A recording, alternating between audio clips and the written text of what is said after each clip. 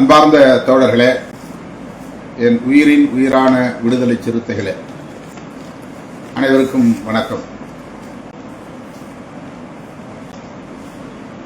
முகநூல் நேரலை வாயிலாக உங்களை சந்திப்பதில் மகிழ்ச்சி அடைகிறேன்.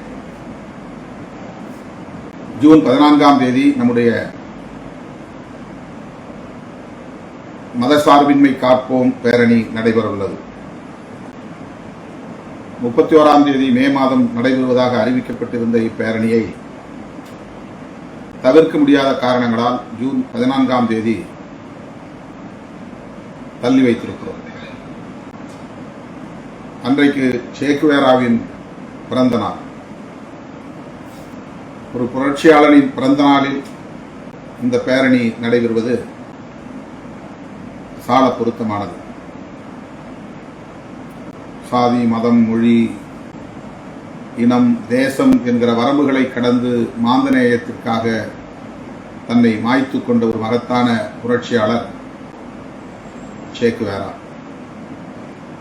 அந்த மாமனிதரின் பிறந்த நாள் அன்று நாம் திருச்சிராப்பள்ளியில் கூட இருக்கிறோம். அன்றைக்கு அவருடைய திருவுருவப்படம் குறித்த பதாகைகளையும் நாம் கையில் ஏந்தி வருவோம். அவருக்கு நாம் செலுத்துகிற ஒரு நன்றி கடன். பேரணியை தள்ளி வைத்ததால் சற்று தொய்வு இருப்பதாக தோழர்கள் உணர்கிறார்கள். தொய்வின்றி பணியாற்றுவதற்காகத்தான், இன்னும் தீவிரமாக பணியாற்றுவதற்காகத்தான், சிறப்பாக பணியாற்றுவதற்காகத்தான் இந்த இடைவெளியை நாம் ஏற்படுத்தியிருக்கிறோம், தள்ளி வைத்திருக்கிறோம். எனவே மாவட்ட செயலாளர்கள் இந்த இடைவெளி காலத்தை நல்ல முறையிலே பயன்படுத்திக் கொள்ள வேண்டும். சுவரெழுத்து விளம்பரங்கள் ஆங்காங்கே எழுத வேண்டும். மதச்சார்பின்மை காப்போம் பேரணி என்றே போடலாம்.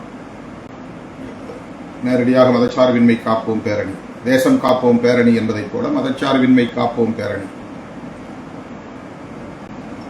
துண்டறிக்கைகளை அச்சிட்டு தலைமை தொல் திருமாவளவன் ஜூன் 14 திருச்சிராப்பள்ளியில் சிறுத்தைகள் சங்கமிக்கும் மதச்சார்பின்மை காப்போம் பேரணி, ஜனநாயக சக்திகளே அணிதிரண்டு வாருங்கள் என்று பைலட் நோட்டீஸ், ஒரு முன்னோட்ட துண்டறிக்கை அச்சிட்டு ஆங்காங்கே பகுதி வாரியாக பொதுமக்களிடம் விநியோகம் செய்ய வேண்டும். இந்த பணிகளை செய்வதன் மூலம்தான் நாம் களத்தில் சுறுசுறுப்பாக இருக்கிறோம் என்பதை உறுதிப்படுத்த முடியும். இந்த பேரணியை ஏனோதானோ என்று நடத்திவிடக் கூடாது என்கிற காரணத்தினால்தான் இதை இன்னும் தீவிரமாக களப்பணி ஆற்றி ஒருங்கிணைக்க வேண்டும் என்கிற அடிப்படையில் மற்றும் பொருளாதார நெருக்கடிகளை இந்த குறுகிய கால இடைவெளியில் எதிர்கொள்ள முடியாத சூழலில் இதை நாம் தள்ளி வைத்திருக்கிறோம். இந்த பேரணிக்காகவும் பானை சின்னம் பொறிக்கப்பெற்ற புடவை நம்முடைய மகளிர் விடுதலை இயக்கத்தை சார்ந்த தோழர்களுக்காக தலைமையில் இருந்து 20,000 சேலைகள் அச்சிடுவதற்கு ஏற்பாடு செய்திருக்கிறோம். என்ன அடக்க விலையோ அந்த தொகையை கொடுத்து கொஞ்சம் கொஞ்சமாக 100 சேலை 200 சேலை என்கிற அளவிலே மாவட்ட வாரியாக மகளிர் விடுதலை இயக்கத்தை சார்ந்த பொறுப்பாளர்கள் பெற்றுக்கொள்ள வேண்டும் என்று கேட்டுக்கொள்கிறேன். தலைமைக்கு வந்து பணம் செலுத்திவிட்டு அதற்குரிய ரசீதையும் பெற்றுக்கொண்டு அந்த புடவைகளை பெற்றுச் செல்ல வேண்டும். மிக குறைவாகத்தான் அச்சிட்டு இருக்கிறோம். பண நெருக்கடி. 140 ரூபாய் ஒரு புடவை. அதே புடவைதான், கொஞ்சம் தரம் உயர்த்த சொல்லியிருக்கிறோம். முதல் முறையாக பானை சின்னம் முந்தியில் பொறிக்கப்பட்டிருக்கிறது. அந்த சேலையின் ஓரத்தில் பார்டர், அதிலும் பானை சின்னம், நட்சத்திரம் சின்னம் பொறிக்கப்பெற்ற சேலை வடிவமைக்கப்பட்டிருக்கிறது. அதேபோல மாவட்ட செயலாளர்கள் ஆங்காங்கே டிஷர்ட் அச்சிட்டு இளைஞர்களுக்கு வழங்க வேண்டும். மதச்சார்பின்மை காப்போம் பேரணி திருச்சி ஜூன் 14, 2025 என்கிற வாசகமதிலே பொறிக்கப்பட்டிருக்க வேண்டும். நாள், இடம், பேரணி மதச்சார்பின்மை காப்போம் பேரணி 14/6/2025 திருச்சி. இந்த விவரங்கள் அடங்கிய டிஷர்ட், காலர் சிவப்பு வண்ணத்திலும், கை ஓரம் சிவப்பு வண்ணத்திலும், மற்ற அனைத்தும் நீல வண்ணத்தில். டார்க் ப்ளூ போடக்கூடாது, ஸ்கை ப்ளூ, வானத்தின் வண்ணம், அந்த நீல வண்ணம் அமையும் வகையில் டிஷர்ட்.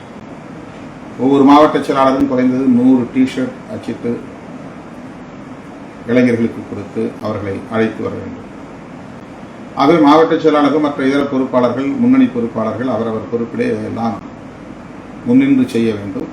துண்டறிக்கைகள் அச்சிட வேண்டும். 30க்கு 40 சுவரட்டி அச்சிட்டு ஆங்காங்கே ஒட்ட வேண்டும். சுவரெழுத்து விளம்பரங்களை முக்கியமான பொதுமக்கள் கூடும் இடங்களில் எழுத வேண்டும். டிஜிட்டல் பேனர்கள் ஆங்காங்கே காவல்துறை அனுமதிக்கும் இடங்களில் வைக்க வேண்டும். இப்போது மே மாதம் முடிந்துவிட்டது. இடையில எனக்கு 2 வார காலம்தான் இருக்கிறது. இந்த 2 வார காலத்தில் இந்த பணிகளை எல்லாம் தோழர்கள் தீவிரப்படுத்த வேண்டும் என்று கேட்டுக்கொள்கிறேன். இதற்கு மேலிட பொறுப்பாளர்கள், ஒருங்கிணைப்பாளர்கள் முழு பொறுப்பெடுத்துக் கொள்ள வேண்டும்.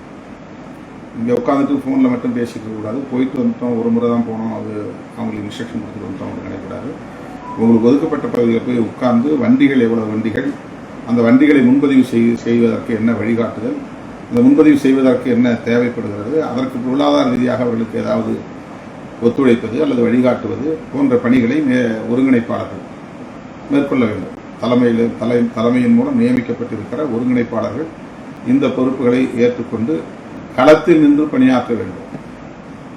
எந்தெந்த மாவட்டங்கள் ஒதுக்கப்பட்டனவோ அந்த மாவட்டங்களுக்கு சென்று அந்த பகுதியிலே இருந்து 2 வார காலம் உழைத்தால்தான் நாம் எதிர்பார்க்கக்கூடிய அளவுக்கு மாபெரும் மக்கள் திரளை ஒருங்கிணைக்க முடியும்.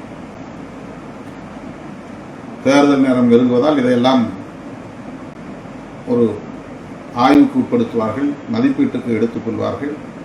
இதை வைத்தே வாய்க்கு வந்தபடியெல்லாம் கருத்துக்களை, எதிர்மறையான கருத்துக்களை எல்லாம் பேசுவதற்கான சூழல் உருவாகிவிடும் நாம் கவனக்குறைவாக இருந்தால். எனவே தோழர்கள் இதிலே மிகவும் கவனம் செலுத்த வேண்டும். களத்தில் நின்று இயக்க தோழர்களை ஒருங்கிணைக்க வேண்டும். தனித்தனி குழுக்களாக செயல்படாமல் அவர்களை ஒருங்கிணைத்து ஒற்றுமையாக செயல்பட வழிகாட்ட வேண்டும். இந்த பணிகளை முன்னின்று ஒருங்கிணைப்பாளர்கள் மேற்கொள்ள வேண்டும் என்று கேட்டுக்கொள்கிறேன். ஒன்றிய வாரியாக செயற்குழு கூட்டங்களை அல்லது நிர்வாக குழு கூட்டங்களை கூட்ட வேண்டும். அது மிகவும் முக்கியமானது. அடுத்து இன்று மாலை 4 மணி அளவில் ஜூம் இணைய வழி கலந்தாய்வு கூட்டம் நடைபெற இருக்கிறது.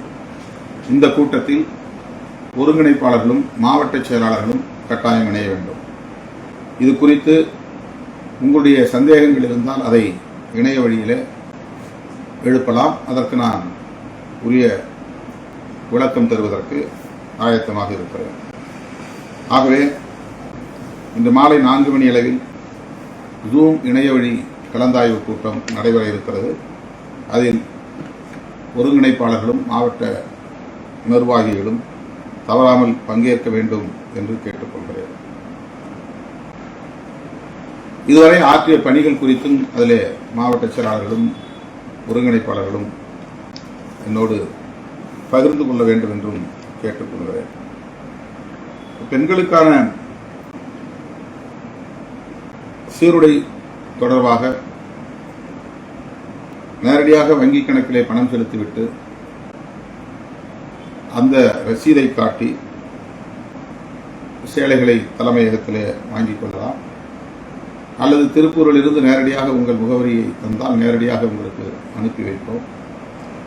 தலைமைக்கு வந்து பெற்றுக்கொள்வது உசிதமாக இருக்கும், ஏற்புடையதாக இருக்கும். அதற்கு உரிய ஏற்பாடுகள் செய்யப்படும் என்பதை தெரிவித்துக் கொள்கிறேன். அடுத்து டெல்லிக்கு சென்று வந்த வாக்குச்சாவடி நிலை முகவர்கள் 51 பேர் போய் திரும்பியிருக்கிறார்கள். இந்த 51 பேரும் நாளை மறுநாள் 29ஆம் தேதி கட்சியின் தலைமையகம் அம்பேத்கர் திடலில் ஒரு மீளாய்வு கூட்டம் இருக்கிறது. இந்த கூட்டத்தில் நேரடியாக அனைவரும் வந்து பங்கேற்க வேண்டும், தன்னுடைய கருத்துக்களை சொல்ல வேண்டும் என்று கேட்டுக்கொள்கிறேன். முகாம் வாரியாக பொறுப்பாளர்களை சந்தித்து அவர்களோடு கலந்தாய்வு செய்து துண்டறிக்கைகளை முகாம் செயலாளர்களின் கைகளில் கொடுத்து அவர்கள் மூலம் வீடு வீடாக இந்த துண்டறிக்கைகளை விநியோகம் செய்ய வேண்டும். ஒவ்வொரு கிராமத்திலும் ஒரு டிஜிட்டல் பேனராவது ஊர் முகப்பிலே இருக்க வேண்டும். ரோட்டில் தான் வைக்கணும், சந்தையில் தான் வைக்கணும், பஸ் ஸ்டாண்டில் தான் வைக்கணும் அப்படிங்கிற எண்ணத்தை மாற்றிக்கொண்டு நாம் வசிக்கும் கிராமத்திலேயே நம்முடைய தெருக்களிலேயே 1க்கு 2, 3 டிஜிட்டல் பேனர்களை வைக்கலாம். அதில் இடம் திருச்சிராப்பள்ளி, நாள் 14/6/2025, மதச்சார்பின்மை காப்போம் பேரணி, தலைமை தொல் திருமாவளவன் என்கிற விவரம் கட்டாயம் இடம்பெற வேண்டும். அடுத்து இன்று மேலிட பொறுப்பாளர்கள், அதாவது ஒருங்கிணைப்பாளர்கள், மாவட்ட செயலாளர்கள் கலந்து கொள்கிற கலந்தாய்வு கூட்டத்தில் மேலும் சில விவரங்கள் விவாதிக்கப்படும். அதில் தவறாமல் தோழர்கள் பங்கேற்க வேண்டும் என்று நான் கேட்டுக்கொள்கிறேன்.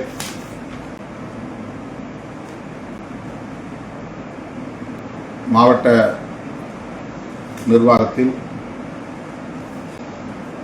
மறுசீரமைப்பு பணிகள் குறித்த சில தரவுகளை கேட்டிருந்தோம். அதாவது மேலிட பொறுப்பாளர்களாக இருந்தவர்கள் கமுக்க அறிக்கைகள் தருவதற்கு பல பேர் நேரிலே வந்து கூறியதை அடுத்து இந்த மே 31ஆம் தேதிக்குள்ளாவது நீங்கள் அதை ஒப்படைக்க வேண்டும், இந்த தரவுகளை தர வேண்டும் என்று சொல்லியிருந்தேன். ஒரு வாரத்தில் தர வேண்டும் என்று சொல்லியிருந்தேன். அவ்வாறு அவர்கள் வேண்டுகோள் விடுத்ததை அடுத்து, ஆனால் இருவர் மட்டுமே அதை கொண்டு வந்து தலைமையிடம் ஒப்படைத்திருக்கிறார்கள். 31ஆம் தேதிக்குள்ளாக 29, 30, 31 3 நாட்கள் தான் இருக்கின்றன. 31ஆம் தேதிக்குள்ளாக மேலிட பொறுப்பாளர்கள் தங்களின் கமுக்க அறிக்கைகளை என் முகவரியில், என் பெயரிட்ட முகவரியில் ஒப்படைக்க வேண்டும். அதாவது தலைவர் சிக்கா என்று எழுதி ஒட்டி இது கமுக்க அறிக்கை என்று எழுதி தலைமைச் செயலாளர்களிடத்தில் ஒப்படைக்க வேண்டும். வேறு யாரும் அதை பிரித்து பார்க்க மாட்டார்கள். அதனால் கமுக்க அறிக்கை என்று எழுதி தலைமையிடம் ஒப்படைக்க வேண்டும் என்று கேட்டுக்கொள்கிறேன். மற்ற விவரங்கள் நாம் ஜூம் இணையவழி கலந்தாய்வு கூட்டத்தில் பகிர்ந்து கொள்ளலாம். அனைவருக்கும் நன்றி.